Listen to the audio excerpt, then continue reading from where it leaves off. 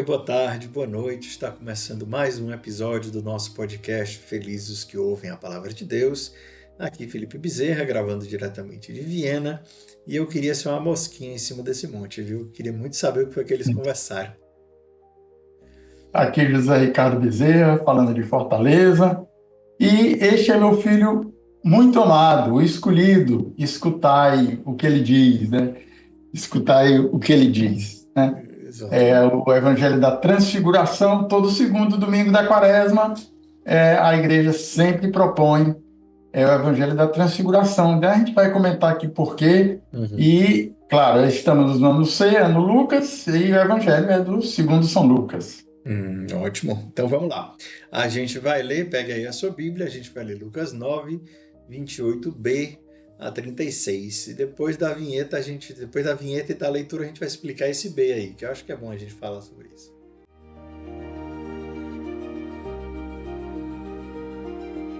Naquele tempo, Jesus levou consigo Pedro, João e Tiago e subiu à montanha para rezar.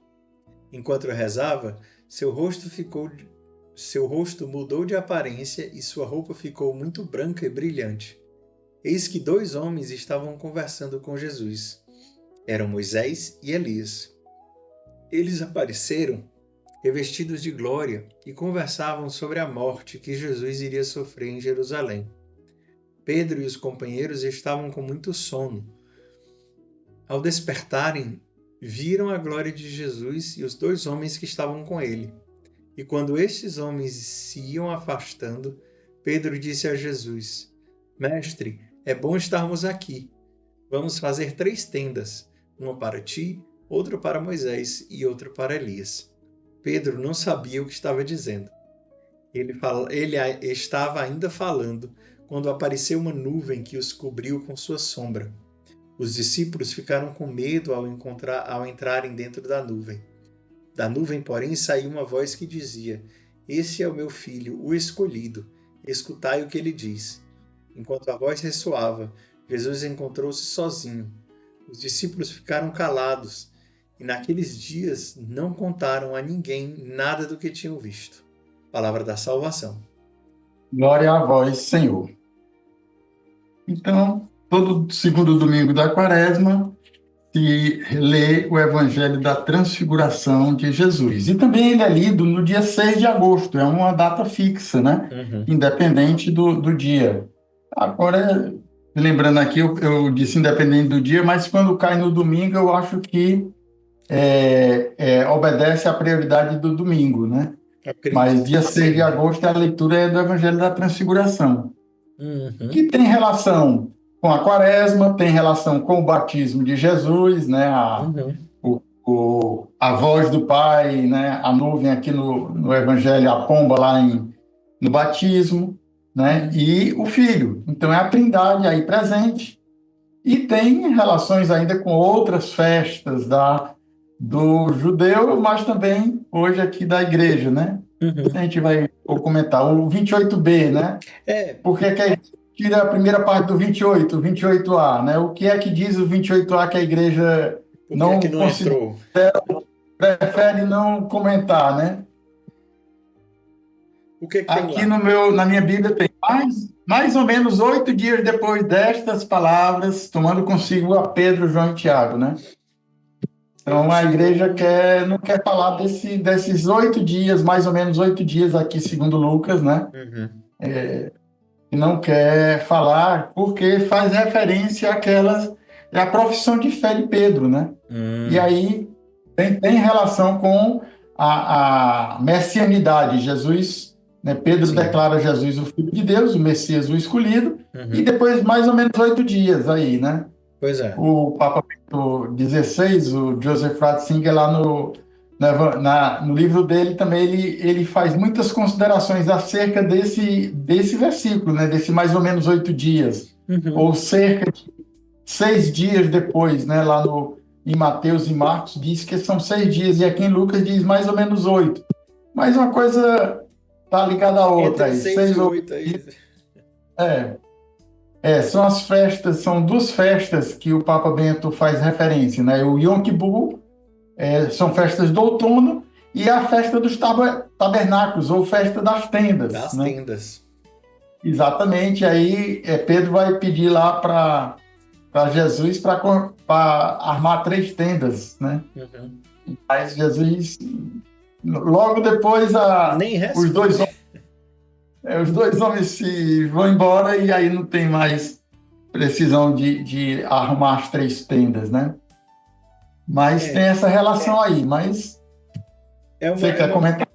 Não, eu já ia entrar na questão da primazia de Pedro, Tiago e João, né? Porque a gente vai vendo que a gente tinha falado, Deus ama todo mundo igual. Deus ama a todos, mas cada um segundo a necessidade do amor e o tanto que o tanto que aquela pessoa precisa ser amada e da forma que aquela pessoa precisa ser amada. E também isso não significa também que não tem as suas preferências, né, digamos assim. Porque a gente vê claramente que existe Pedro, Tiago e João tem uma primazia sobre os 12, né? Pedro tem a primazia sobre os 12, porque ele era o primeiro, né? E mais Pedro, Tiago e João tem alguns momentos que Jesus só chama esses 3. E a transfiguração é uma delas. E ele vai também a ressurreição da menina, né? Da Talita Cum lá, que só vai Pedro, Jairo, né? a filha de Jairo, só entra Pedro, Tiago e João. Então tem alguns momentos que Pedro E no Getsemane. também.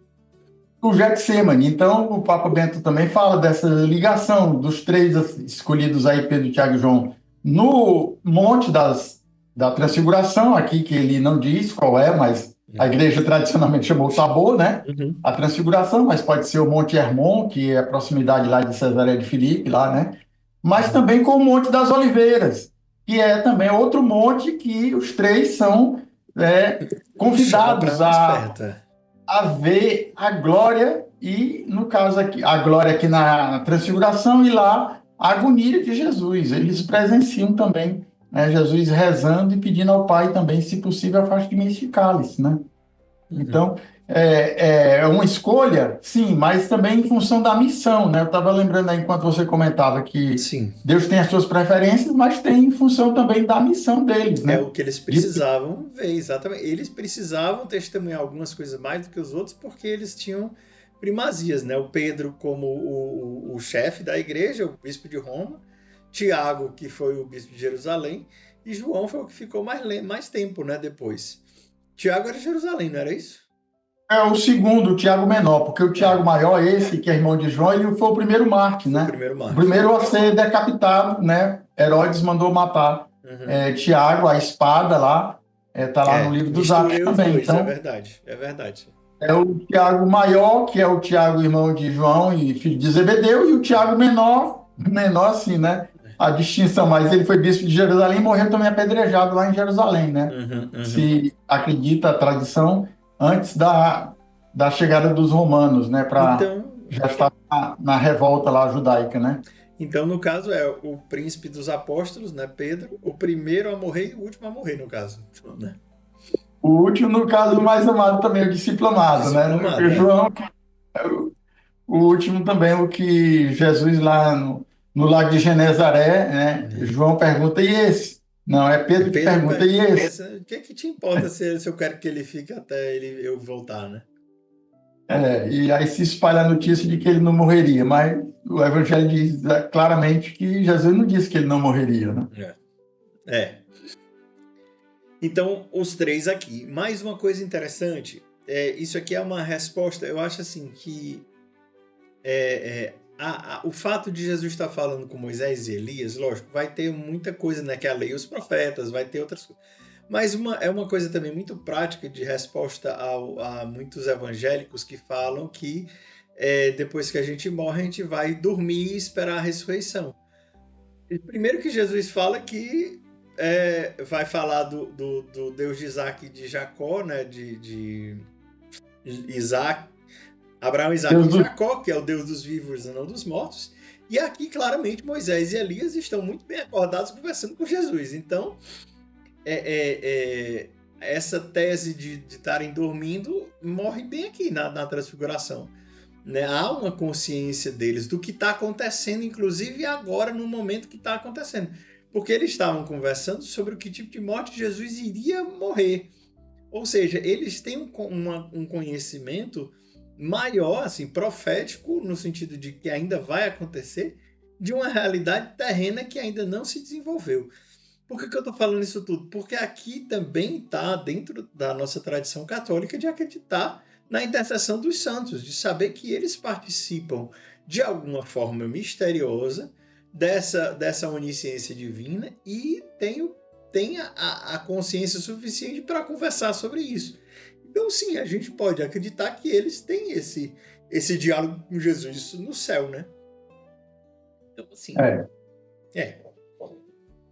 Mas... também tem o outro caso aí dos três, Pedro, Tiago e João, também estava me lembrando que a lei, né, dizia que para um testemunho ser válido, devia ser de 2 ou 3 testemunhas. Então, a escolha de Jesus por 3, né, para deixar bem claro o testemunho deles, tanto na transfiguração quanto na paixão em outros lugares, né, que eles, a ressurreição da filha de Jairo lá, né, eles eram um testemunho válido, né? Então, são 3 por causa disso também, né? É bom. E aí, eu não vou falar agora do Santo Tomás de Aquino, não, mas tinha outra razão lá também, que o Santo Tomás de Aquino, lá na Suma Teológica, vai perguntar se era necessário que Jesus escolhesse só 3, como ele não era necessário, ou era suficiente, né? Se escolhia 3 ou não. Mas não vamos entrar aqui agora, não, porque a gente já começou aqui a falar aqui do Moisés e Elias, né? Que a gente está começando a falar aí do revestidos de glória. Eles apareceram revestidos de glória e conversavam sobre a morte, né? Não, eles estavam revestidos de glória, Moisés e Elias, sim. Gloriosos também, né? Um corpo glorioso, também é outra situação aí que Santo Tomás também vai explicar. Mas o que eu queria chamar a atenção aqui sobre o que eles conversavam sobre a morte de Jesus, da tradição litúrgica, na Bíblia de Jerusalém, diz que eles falavam sobre o êxodo, né? A partida de Jesus que iria acontecer em Jerusalém, que seria consumada em Jerusalém, né? Êxodo no sentido, né, da partida, da saída de Jesus daqui da terra, a volta para o Pai, né? Então, a morte de Jesus, sim, né? Mas ele dá essa conotação evangelista, escreve no grego lá como êxodo, né? A saída. E aí vai lembrar também que nós estamos aqui no tempo da Quaresma, né? Este tempo do êxodo lá, da saída do Egito, né? Então Jesus também, né? A transfiguração aqui e a conversa com Moisés e Elias. Moisés tem muita relação com a saída do Egito, claro, foi quem liderou o povo, né? E tudo mais. Os 40 anos no deserto, o recebimento da lei também em cima do monte. O conhecimento, recebeu a lei, né? O rosto brilhava, depois a gente vai comentar aí também, quando Moisés desceu, o seu rosto brilhava, né? E o rosto de Jesus supera aí o de Moisés, né? E se para Moisés não conseguia nem olhar, né? Que ele tinha que cobrir com um véu, imagina aí o de Jesus, né? É a cessação do milagre, né? Como... né, a gente vê, né? Era o padre Manuel, o nosso capelão aqui no Shalom, né? Ele, um jesuíta, sempre comentava que a transfiguração não era um milagre, era a cessação do milagre, né? Porque o milagre Jesus estar aparecendo como uma pessoa normal, em homem e carne, quando ele era, de fato, filho de Deus, glorioso, né? E aí Jesus se apresentava na aparência de uma pessoa humana, né? Mas, na verdade, ele tinha aparência divina, no caso, como se mostrou aqui na transfiguração, né? Se Moisés brilhava o rosto por só ver a Deus, imagina Deus, pessoa encarnada, ele devia reluzir, né? Mas, né, Nosso Senhor, ele, na sua misericórdia também, para nos fazer viver de fé, ele se fez um como nós. Então, eu sempre vejo, né, quando ele fala de Moisés e Elias, eu sempre vejo a lei e os profetas aí, que ele o Jesus ali em cima do monte o cumprimento total da lei e dos profetas. E falar da morte que ele iria morrer era exatamente todo o cumprimento de tudo aquilo que tinha sido né, prometido no Antigo Testamento, né? Eu fico pensando assim, se eu tivesse inventado essa história, se eu fosse inventar essa história, eu teria botado Davi aí também, porque aí entrava os salmos, assim, que entra a lei, os profetas e as orações. Ele por excelência, né? É, Do mais, né? o rei, o coisa. Mas não sou eu que escolho, foi Deus que colocou aí do jeito que foi, né? Então, como não é uma história inventada, a gente tem o que a gente tem o que a gente recebeu, né? O cumprimento também da lei, né? Moisés também lá no Deuteronômio, que já anunciava que haveria de vir um profeta e a estes vocês deveriam escutar, né? Deuteronômio 18:15, se eu não me engano, né? Então, Jesus é o cumprimento àquele profeta anunciado por Moisés, que deveria escutar, como a palavra que a gente vai ouvir hoje na voz, que dizia, né? Este é o filho escolhido, escutai o que ele diz, né? Então, mais uma razão aí vai aparecer o Moisés. O Moisés tem muitas razões aqui nesse tempo quaresmal e na transfiguração aqui com Jesus, né? Uma coisa o Elias também, o Elias vai ter lá, né? Os dois sobem no Sinai, né? Os dois estão do Sinai, né? Os dois tem lá. E aí é interessante, as duas manifestações. Que a manifestação para Moisés é terremoto, furacão, e raios e trovões e tudo mais. E para Elias é a brisa suave. A brisa suave, né? Vem tudo isso antes, né? Mas não, o Senhor não estava no terremoto, não estava no fogo, não estava lá. Quando vê a brisa suave, aí Elias cobriu o rosto, porque o Senhor vem para fora, porque o Senhor vai passar. E aí a brisa suave, ele fala e ele tem aquela experiência com Deus na brisa suave, né? E aí Jesus, ele tá ali no meio ele tá ali no meio, né? Jesus, ele é o trovão e a brisa. Ele tá enfim, ele é o cumprimento das duas coisas, daquilo que quebra, né, que faz as rochas partirem no meio. A gente vai lembrar da crucifixão, né, que teve um grande temor de terra e as rochas se abriram, e ao mesmo tempo ele é como uma brisa que é o que não quebra o caniço rachado lá, daquela passagem lá de João Batista, mas ele é também esse sussurro que não... Assim, as pessoas estavam vendo, mas ele não se impunha, né? Assim, tantos viram os milagres e não acreditaram, porque Jesus não obrigou ninguém a acreditar. Nesse sentido de que a brisa, ela não arrasta ninguém, ela sopra e guia, né? E orienta. Eu estava me lembrando, antes disso aqui, tudo que eu falei, quando a gente estava falando de Moisés, eu estava me lembrando do Êxodo, que quando o povo estava a caminho, eles estavam indo por tribos. E a tribo de Judá caminhava na frente, né? Primeiro que Jesus, ele é o descendente da tribo de Judá, né? O leão de Judá, e a profecia de Israel para Judá, né? Que dali vai nascer, né? O Redentor, enfim. Mas Judá também significa o louvor, né? Judá é um louvor a Deus, né? Que Deus seja louvado, uma coisa assim, a tradução de Judá. E aí é muito interessante também perceber que eles estão no deserto, mas quem leva à frente é o louvor, né? Eu vi isso, o padre esqueci o nome dele, que tinha a Bíblia em um ano, a gente leu há um tempo atrás. Mike Smith. Father Mike Smith. Ele estava falando isso, sempre ele falava, né, que o Judá, que o louvor vai na frente. Na hora da tribulação, você não sabe o que fazer, que o louvor vá na sua frente, né? Que exatamente. Que o seu caminho no deserto seja liderado e aberto pelo louvor. E eu acho que também é muito próprio da nossa quaresma a gente viver isso. Eu acho que também é uma relação bem interessante. Aí, dá um ponto aí para a sua oração aí, se você ainda não anotou aí né, nesse segundo domingo da quaresma, um ponto importante para a sua oração quaresmal é que o louvor vá à frente, não murmure, né? Uma penitência quaresmal que você ainda não escolheu, se você já, né? Estamos no segundo domingo, mas, né, de qualquer forma... Dá para começar. Se você não começou ainda a sua penitência quaresmal, comece, né? É sempre bom. Ou então recomece. Recomece. Retome, não esmoreça não, porque você não conseguiu, mas aí vamos em frente, né? Então, vamos lá, o Pedro e os companheiros estavam com muito sono. Aqui diz a tradução litúrgica que eles estavam com sono. Acho que lá nas outras, lá estava com medo, né? Jesus se transfigura, o Não, rosto depois começa a eles ficam brilhar. com medo, né?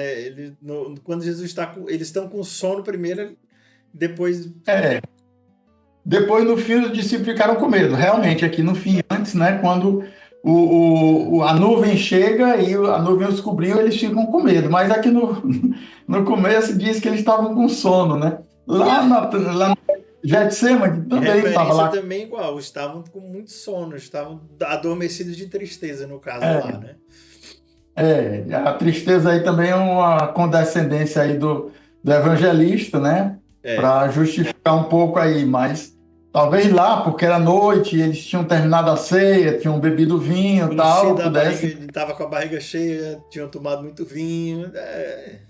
ser que, né, viesse o sono, mas aqui eu não sei se eles tinham almoçado, ninguém sabe quanto tempo foi É. esse episódio, né? Mas que Mas estava aqui no estava com sono, né? Mas também para nossa oração, às vezes a gente fica com sono, mas não fique chateado não, porque Pedro também teve sono, tá aqui, ó. não, isso é uma coisa muito interessante, assim, porque dos dois momentos que eles dormem, imediatamente após o sono, tem uma manifestação divina, né? Aqui no caso, eles dormiram e viram a glória, lá eles dormiram e viram a agonia. Mas o sono não os impediu de ter uma revelação divina, né? Isso é uma coisa também muito bonita, porque às vezes a gente vai para a oração, aí dorme, cochila, e aí perde mais tempo pedindo perdão porque dormiu do que voltar ao centro da sua oração. O centro é ele, deixa para lá, dormiu, ele sabe, vamos lá, né? Volta pro Exa- foco. Exatamente, né? Não os impediu, mas eles perseveravam na oração. Sim. Então, perseverando, continuando, né? Na oração, eles tiveram essas duas manifestações, né? Uhum. Tanto aqui na Transfiguração quanto lá no Getsemane, né? Não desistiram de rezar porque estavam com sono. Exatamente. Vamos lá em frente agora, Jesus. Vamos. Então, mestre, é bom estarmos aqui, né? Passamos 3 tendas, é bom estarmos aqui. Aí a espiritualidade toda da igreja fala desse que muitas vezes a gente só quer ficar lá em cima, no Tabor, no bem bom, e não quer voltar, não quer descer para o dia a dia, para os trabalhos, para os desafios, né?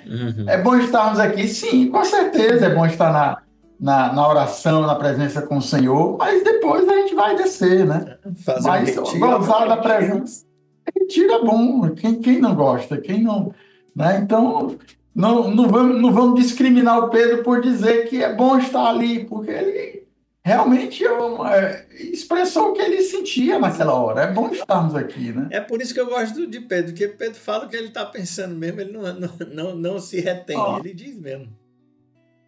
é bom estarmos aqui e isso não impede, né, de você estar ali na oração num momento prazeroso também. É bom receber do Senhor a graça, é bom, né, receber o alívio, o refrigério, tempos de refrigério, como tem os salmos também, né, que Uhum. falam, né? E depois de um tempo de tribulação vai ter um tempo de refrigério, né? Então, é bom estarmos aqui, né? E às E vezes o aí vai. contrário, às vezes tem isso aí, às vezes Deus dá a transfiguração primeiro para a gente aguentar a crucificação. Pois é, exatamente. Aqui também, Jesus, uma das justificativas que a igreja diz é que no tempo quaresmal é importante você saber o fim que a gente se caminha para a glória do Senhor para poder aguentar a cruz, o tempo, né? Eu acho que é Santo Maria de Aquino que diz isso, né? Uhum. Ele sabia, então, que ele fala também, cita que Tomé perguntou para Jesus, nós não sabemos para onde vais, como podemos saber o caminho? E aí Jesus vai mostrar antecipadamente qual era o fim, qual era o destino, né? O para quê, para eles poderem suportar também as tribulações e a cruz. O peso da morte de Jesus na cruz, se eles não tivessem visto também essa glória, eles poderiam não entender, né? Se eles tendo visto ainda fugiram, imagina se eles não tivessem visto, né? Assim, vendo Pois todos é. os milagres, vendo todas as coisas que aconteceram, os três aqui vendo a transfiguração, ainda assim, né, ficaram com João medo, deram ficou. para trás, né? O Pedro ainda chegou a negar. O Pedro e o Tiago fugiram, né? Viu? Pedro negou, e o João, pelo menos, o João estava lá ao pé da cruz e ainda conseguiu, né? ficar ali. Não sei se ele se lembrou que ali depois vinha a glória, né? Da transfiguração aqui, mas com certeza ele estava ali ao pé da cruz junto com a Virgem, né? Está lá, né? Suportando também aquele momento, né? Sim, sim. Mas, enfim, os outros todos se Os afastaram. 10, o Judas foi se enforcar, mas os outros 10, né? Vai e faz o mesmo.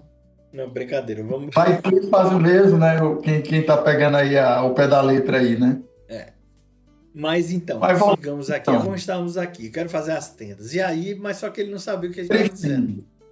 Para que as 3 tendas, né? A gente já comentou aí um pouco aí sobre a festa dos tabernáculos, né? São as 2 festas do outono, Yom Kippur e a festa das tendas. Durava 7 dias, né? Então, mais ou menos 8 dias seria o fim da festa das tendas, que seria o final, ou seria, né, o penúltimo dia, o último dia, né? 6 dias depois, segundo os outros evangelhos, né? Então, as tendas, né? Elas têm 2 sentidos aí para se lembrar, e que os judeus também já tinham esse sentido da vivência da festa das tendas para ele, lembrava o tempo do deserto, dos 40 anos. Eu me lembro que lá em Toronto, quando a gente morou lá, né, eu vi lá em muitos apartamentos, nas varandas dos apartamentos dos judeus, eles ficavam nesse tempo, na época do outono, outubro, novembro, né? Eu acho que era outubro, né? Eles armavam uma tenda na varandinha para exatamente para dormir na varanda, para viver esse momento de tendas. Eles estavam lá vivendo nas tendas, como é a tradição deles ainda, né? Desse tempo quaresmal, né? Para a gente é na quaresma aqui nesse tempo, né? Mas para eles estavam vivendo o outono, então as festas das tendas, né? Então tem esse sentido do memorial, da vivência de lembrar que eles moravam em tendas, que eles foram, né, libertos da escravidão do Egito, morando em tendas no deserto. E um outro aspecto, o escatológico, né? Para nós cristãos, a referência às tendas tem esse fato do memorial também, né? Mas o sentido escatológico, que é no Apocalipse, também tem a referência das tendas, né? Apocalipse 21, que fala que a Jerusalém Celeste ela desce do céu e diz o autor sagrado lá, eis a tenda de Deus entre os homens. Exatamente. Eu lembro de São Paulo, né? Fala, quando terminar nosso tempo aqui, nós vamos, né, desfazer a nossa tenda aqui para armar uma tenda no céu. O próprio Jesus, quando o prólogo de João, quando diz, e o verbo se fez carne e habitou entre nós, em algumas traduções e armou a sua tenda entre nós. Né? Também é outra referência das tendas, é exatamente a encarnação do verbo. Jesus que arma a sua tenda, que vem habitar, que vem ficar entre nós, porque ele, né, como Filho de Deus, né, veio para ser um conosco, né? Essa é porque tem uma, assim, isso é uma coisa que eu não tenho certeza absoluta, mas se não me engano é a etimologia da palavra tenda e morada, não sei se no hebraico ou no aramaico, é praticamente a mesma coisa. Você falar a minha casa e falar a minha tenda, é praticamente a mesma palavra, você dizer as duas coisas. Então, ele armou a sua tenda no meio de nós, ele pôs a sua morada no meio de nós, ele habitou entre nós, é praticamente dizer a mesma coisa. Exatamente, quando ele... esse o sentido lá do prólogo. Eu acho que no grego tem esse armou a sua tenda, né? Não tô com eu também não sei, aqui. A gente não pegou o grego aqui para olhar, mas acaba que essa é a ideia, né? Da tenda. E aí também a outra referência da tenda da reunião, né? A tenda do encontro. A tenda da reunião. Que é o caminho. Deus que pega a nuvem que desce, olha a nuvem aí, ó. A nuvem que para e desce sobre a tenda e lá Deus conversa com Moisés. Exatamente. É muita referência também com a tenda que a nuvem descia para falar com Moisés. E as pessoas quando viu que a nuvem tinha descido na tenda, sabia que Deus estava lá, estava falando com Moisés, né? Então, mais uma referência da transfiguração com com o tempo do deserto lá, a morada em tendas, né? É o sinal do Espírito Santo também, da glória de Deus, né? Da A nuvem, Shekinah de Deus, que a nuvem é o sinal a nuvem, da glória de Deus. Então, quando eles foram cobertos pela nuvem também, foram cobertos pela glória de Deus, ali é. envolvidos, né? Ele diz aqui no início que Pedro viu a glória de Jesus e depois vai aparecer na tenda, né? Quando eles estavam aqui, que Jesus ia, seu rosto se É no transfigurou, 32. né? E Despertaram e lá viram a glória de Jesus e os dois homens viram estavam a com ele. glória de Jesus. Então, a manifestação gloriosa de Jesus, nessa transfiguração aí, não é uma, né, transformou-se completamente o corpo. A figura de Jesus ainda era identificada, era a figura gloriosa, o rosto. Uhum, Sabiam que o rosto estava lá glorioso, né? Santo Tomás de Aquino que diz isso também, né? uhum. Mas era transfigurado, era resplandecente, né? Luminoso. E isso é que fez, né, eles virem como interpretando como a glória, né? Um brilho que nos outros evangelhos diz que nenhuma lavadeira podia, Podia né, alvejar. as roupas deles, né? A roupa Uhum. dele, né? É. E é essa ideia, né? Às vezes, hoje é muito comum a gente ter roupa branca e a gente acha a coisa mais normal do mundo.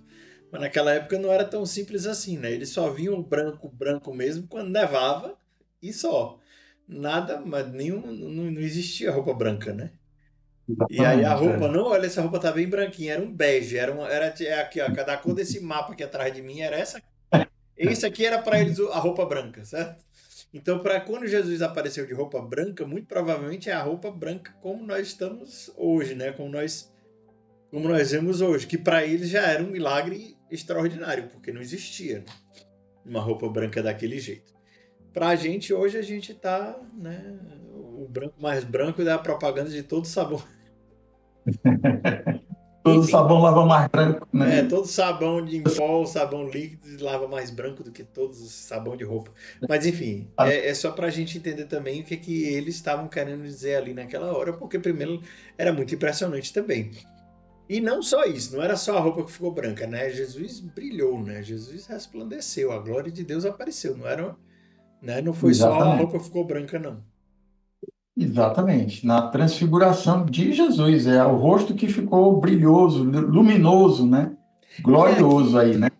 E aqui também é interessante, porque eles ainda reconheceram Jesus, né? Jesus, quando ressuscitou, algumas vezes eles não reconheceram. Aliás, eles olhavam e diziam assim, não, ninguém ousava perguntar porque a gente sabia que era ele. Mas, assim, mas se todo mundo sabia que era ele, por que que não tinha ninguém... Por que que tinha necessidade de perguntar assim? "Ó, é ele? Não sei." Mas é uma coisa interessante a gente pensar nisso, que uma coisa é a transfiguração de Jesus, outra coisa é a ressurreição de Jesus, né? Que o nosso corpo, quando nós tivermos o nosso corpo ressuscitado, vai ser diferente, de alguma forma diferente, mas vai ser diferente, né? São Paulo vai explicar isso aí, o corpo glorioso, como é que vai ser esse corpo glorioso, na 1 Coríntios 15 lá, né? Ele fala desse novo corpo, né? Que uma coisa é o corpo terreno, o corpo desse tempo agora, e outra coisa vai ser o corpo glorioso, né? Uhum. Essa semana eu estava escutando de novo uma discussão sobre a questão do ser humano, né? Quando a gente morre, que a nossa alma se separa do corpo, a gente continua a ser humano, a gente é o que a gente é. E aí tinham, assim, existiam até pouco tempo duas correntes, especialmente dentro do tomismo. Um é que era um negava, né? Dizia assim, não é um ser humano. Uma alma separada de um corpo não é um ser humano, ponto. Que essa era o que era a tendência maior de Santo Tomás mesmo quando ele colocou. E a outra que dizia que era sim um ser humano e ponto, mas que só ia ser plenamente ser humano quando vai receber seu corpo de volta. E aí tem uma corrente um pouco mais recente que eu também eu fiquei muito simpático a essa tendência, que é uma corrente chamada incompleta, né? Assim, o ser humano, quando a gente separa a alma do corpo, nós continuaremos humanos, mas incompletos, né? Porque é normal que o ser humano, assim, é normal. é comum a gente ver um ser humano incompleto, né? Alguns faltam braços, às vezes faltam Você perde uma parte de si, você continua sendo ser humano, sem um braço, mas continua sendo ser humano. Então, o ser humano que vai estar na glória, mas ainda não recebeu o corpo, né, ressuscitado, ele é um ser humano incompleto, que ele só vai ser completo novamente quando receber o corpo, né? A ressurreição da carne. Eu também sou simpático a essa ideia, né? É a mesma pessoa, mas não perfeita, ainda não está com o corpo glorioso, porque ainda não recebeu, né? Pois Mas é. se identifica a pessoa, sabes que é aquela pessoa, não está incompleto, né? Falta um braço, uma perna, falta É, tudo aí no corpo, mas é a pessoa, é a alma da pessoa exatamente. que representa a pessoa. Claro que a pessoa é corpo, alma e espírito, nós aqui, né? E na glória teremos também um corpo glorioso, né? É. Então, essa unidade de corpo e alma lá na glória também vai É porque acontecer, né? Santo Tomás ele era um pouco mais radical nesse sentido de dizer que não, só é um ser humano se tiver corpo e alma. Se não tiver corpo e alma, não é um ser humano, ponto. E aí ele mesmo entrava e dizia assim, porque ele assumiu essa posição, ele não conseguia assumir que a alma esperando a ressurreição, ele não conseguia admitir que era um ser humano. Então, assim, enfim, então ele partiu um pouco mais para a radicalidade. Aí agora, com o desenvolvimento um pouco mais do tomismo, os tomistas estão entrando um pouco mais nesse meio termo de dizer, né, aquele sim e. Né, sim, ele realmente perdeu uma parte considerável de si, porque para ser um ser humano completo precisa de alma e corpo. Mas continua sendo homem porque a pessoa não deixa de ser quem ela é, né? Porque falta uma parte de si, né? Então, enfim. Parentezinho aí na nossa... Mas enfim, mas aqui entra também, né? A ressurreição, o corpo, a alma. A gente fala, tinha duas pessoas falando com ele, dois homens que estavam com ele, Moisés e Elias. Moisés e Elias estavam de cá com a carne? Não estavam. Pois é, essa aparência, né, como é que eles reconheceram que eram os dois, né? Ninguém sabe aqui. Não, Mas eles o deviam Elias, estar falando, não, Moisés, espera aí, não é assim não. Não, Elias, espera aí, calma, não é talvez, né? isso. Aí eles deviam estar. Citando aí já o nome deles, eles tivessem ouvido. Mas o Elias, uma coisa que é do Antigo Testamento, Elias foi arrebatado, ele subiu aos céus, então ele não morreu. Sim. Ele foi, subiu na nuvem, né? E o Eliseu, o pessoal quis procurar o corpo dele e disse: vocês vão perder tempo, vocês não vão encontrar. Porque Elias tinha sido arrebatado, né? Não, e tem também uma tradição rabínica que fala que depois que Moisés morreu, os anjos levaram o corpo dele, né? Também tem essa outra. E Mas uma outra ok. tradição também que eu li do Elias é que o Elias foi o único dos profetas que não foi morto, né, por Jezabel lá no Acabe, né? Elias diz, ficou só eu, né? E diz que quando Elias, no final dos tempos, Elias vai voltar, que tinha sido arrebatado, e vai ser mártir, vai ser morrer martirizado, né? Isso aí é um outro detalhe aí também que eu vi dessa tradição rabínica aí, diz também essa aí. Não, e aí fala, né? Que Elias vai voltar para poder morrer, porque só vai para o céu quem morrer. Então Elias precisa morrer para ir para o céu. Mas, enfim, É. isso aí já é uma coisa meio que.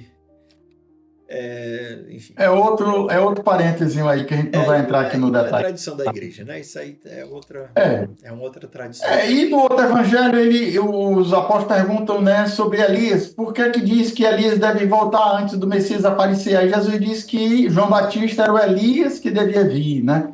Mas aqui nesse evangelho a gente não escuta esse comentário. Depois daqui, Jesus desce aqui da montanha lá e vai encontrar um endemoniado epilético lá, que os outros 10, os outros 9 não conseguiram expulsar, né? Mas em Lucas, nós estamos em Nós Lucas. estamos em Lucas, porque enfim, mas aqui, voltando, né? A questão do Elias e de Moisés, que simbolizam tanto a lei como os profetas e que se encontra tudo perfeitamente em Jesus. E é interessante que a lei e os profetas vão culminar aonde? No êxodo de Jesus, né? Na morte de Jesus na cruz. Então, enfim, Jesus não veio para morrer na cruz, né? Jesus veio para nos revelar o Pai, a face do Pai. Mas era necessário que ele morresse para que se cumprisse toda a escritura, né? Toda a Jesus lei vai dos dizer profetas. exatamente lá no encontro com os discípulos de Emaús, né? Uhum, Vocês são lentos de coração, não sabiam que o Messias devia sofrer tudo isso para entrar na sua glória. Exatamente uhum, lá, o discípulo de Emaús, Jesus fala isso, né? uhum. Então, Mas mais essa referência. vamos adiantar que a nossa hora já está bem adiantada. Vamos, aí só então o final aí sobre dentro da nuvem a voz do Pai, né, e o Filho, né, uma referência ao batismo, que lá a voz se dirige ao Mesma Filho e agora coisa. se dirige aos discípulos, né, e escutar o que ele diz, escutar, este é o meu eleito, o escolhido, né, Uhum. aqui, né, aqui é o escolhido aqui no texto litúrgico e escutar o que ele diz, né, e aí é também mais uma coisa para nós, né, nesse tempo quaresmal, a escuta de Jesus, a escuta da palavra de Deus, né? Fazendo, É, fazendo Nossa Senhora fazendo eco, né? Fazer tudo que ele vos mandar é um exatamente. eco. E aí eu lembro também aqui, quando ele fala do escolhido, eu lembrei de Davi mesmo, né? Assim, a gente já tinha brincado da história do lado do Davi, mas aqui também, né? Foi lá escolher o Davi, e o pobre do Davi não estava nem lá no meio. Ele disse, não, Deus vê o coração. E ele escolheu o Davi para Davi ser o rei, né? A excelência do rei. Jesus é o filho de Davi. Enfim. Quando Samuel vai lá escolher o Davi, os outros filhos de Jessé são todos mais altos, mais belos, aí isso acabou, não, tá lá no meio do rebanho Tem um lá, moleque lá fora que tá cuidando das ovelhas, mas traga, só vamos comer aqui, só vamos terminar nossa refeição quando ele chegar, e quando ele vê, isso é isso, é né, isso. porque Deus vê o coração, né, Deus não, essa passagem também é muito bonita lá. Uhum. Enfim, Mas, enfim, então, o fechamos. escolhido escutar e fechamos, né? Porque aí eles não tinham. Aqui também no Evangelho termina dizendo que eles não contaram nada a ninguém. Nos outros dois evangelhos, é Jesus que pede para eles não contar, né? Não contem nada a ninguém, né? Aqui os próprios discípulos, né? Dizem aqui o evangelista que eles não contaram nada a ninguém. Mas é o segredo messiânico também que Marcos e Mateus Mas já. A gente, tem uma palavra-chave aqui que eu acho interessante a gente comentar. A palavra em grego para fechar a boca é mysterion, né? hum, Então eles ficaram calados, eles guardaram aquele mistério, né? O, muito boa. a palavra mistério significa ficar calado, né? Fechar a boca. É tipo, não, isso para mim é um mistério. Ou seja, não, a partir daqui eu calo a boca porque eu não consigo entender, não consigo explicar e está muito além, né? Então, os discípulos guardaram o mistério naqueles dias e não contaram nada para ninguém. Legal, é isso aí. Aí também serve para a nossa oração. Quando a gente está diante do mistério, a gente tem que se calar para contemplar e saber que a gente só apreende ou tenta, né, compreender, porque mistério não se compreende, mas é contemplar o mistério no silêncio, né? O silêncio é que nos leva, então, a essa profundidade, né, do mistério, né? Não vamos entender, né? O mistério da Santíssima Trindade, né? Mas Santa Elizabeth da Trindade diz, né? A Trindade habita em mim. Então, experiência de Deus na Trindade no coração é uma coisa, né? O meu Só no tio, silêncio. meu professor de teologia dogmática, é que ele dizia: é impossível você falar sobre a Trindade mais de meia hora e não cair em heresia. Então, então tipo assim, vamos tomar muito cuidado na hora de falar sobre a Trindade, porque enfim, e aí ele falou isso, mas a gente teve um curso de 6 meses só sobre a Trindade. O meu professor de teologia também da Trindade também falava assim, né? Que era o terror das homilias, né? Do dia da Santíssima Trindade, o padre. É porque Anotem o que é que o padre falou da Trindade aqui, venham me contar aqui. é perigoso, rapaz, é perigoso, porque realmente é um mistério muito além daquilo que a gente consegue compreender. E aí às vezes a gente tem a tendência de cair na heresia, não porque por maldade nem nada disso, não, é porque a gente vai tentar explicar de uma forma que a pessoa entenda e acaba categorizando e acaba dividindo. E enfim, Exatamente. não é o caso.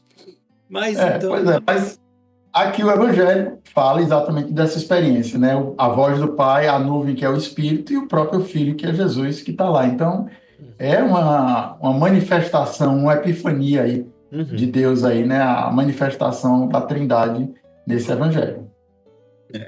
Vamos encerrando, né? Então, vamos encerrando, nós já estamos bem adiantados, mas hoje também foi muito bom. Eu também gostei, né? Se você ficou até aqui, né, nós vamos pedir aqui antes da oração. Vamos deixe seu like antes da oração. Deixe seu like, vale a pena. Ora mais. Isso, pronto. Vamos rezar, sou eu, né? Do Pai, do Filho e do Espírito Santo. Amém. Amém.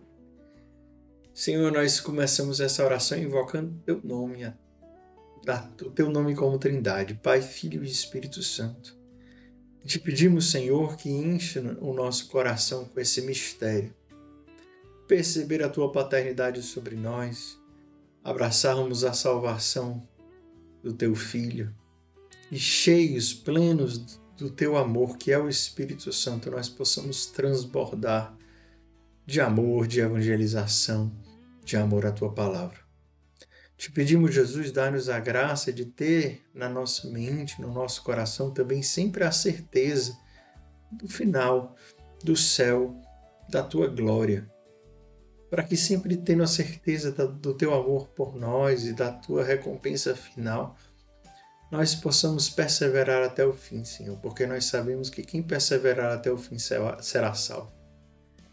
Nesse tempo de quaresma, Senhor, nós te pedimos, dai-nos a graça de também perseverar na nossa penitência, de mortificar a nossa carne, para que também mortos pelo pecado nós possamos ressuscitar contigo na Páscoa para a vida eterna. Te pedimos, ó Maria, a tua intercessão, tu que estás viva eternamente no céu, ora por nós, para que nós possamos ter a força e o coração voltado sempre para Jesus. Ave Maria, cheia de graças, o Senhor é convosco. Bendita sois vós entre as mulheres, e bendito é o fruto do vosso ventre, Jesus.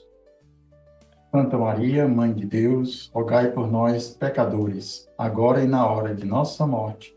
Amém. Rainha da paz, dai-nos a paz. Do Pai, do Filho e do Espírito Santo. Amém. Amém. Amém. Então, mais uma vez aí. Se deixou o seu like antes da oração, deixa agora, depois da oração. Deixa agora que é a hora de você, então, encaminhar para os seus amigos, né? Se você encontrou algum ponto aí que você gostou, você comenta e escreve também um complemento que a gente não conseguiu ver nesse evangelho, né? É claro que pouco tempo aqui, deu mais de uns 45 minutos hoje aí, mais ou menos. Por aí. Mas é 50. Então, segundo domingo da quaresma, Evangelho de Lucas, ano 6. Esperamos aqui que no próximo ano também outros comentários sobre essa transfiguração. E também no dia 6 de agosto aí, mas como se for no meio da semana, a gente faz a nossa meditação para a leitura do dia. Então, é menorzinho o comentário, né? Mas olha, se você gostou, por favor, compartilhe com outras pessoas, né? Tem um botãozinho assim aqui embaixo, em algum lugar do YouTube, para compartilhar, passar adiante, né? É importante a gente também passar adiante, não só por causa do canal, ajuda bastante o canal, quanto mais gente compartilhando, mais esse canal vai crescer, mas não é só para a gente crescer não, é para que a gente crie um povo que ama a palavra de Deus, que ama conhecer, rezar e se aprofundar na palavra de Deus. É para isso que nós estamos aqui. Então, exatamente. É isso, gente. Deus abençoe. Até amanhã no nosso canal YouTube, Instagram e Telegram, e até o próximo domingo, podcast semanal. Shalom. Shalom.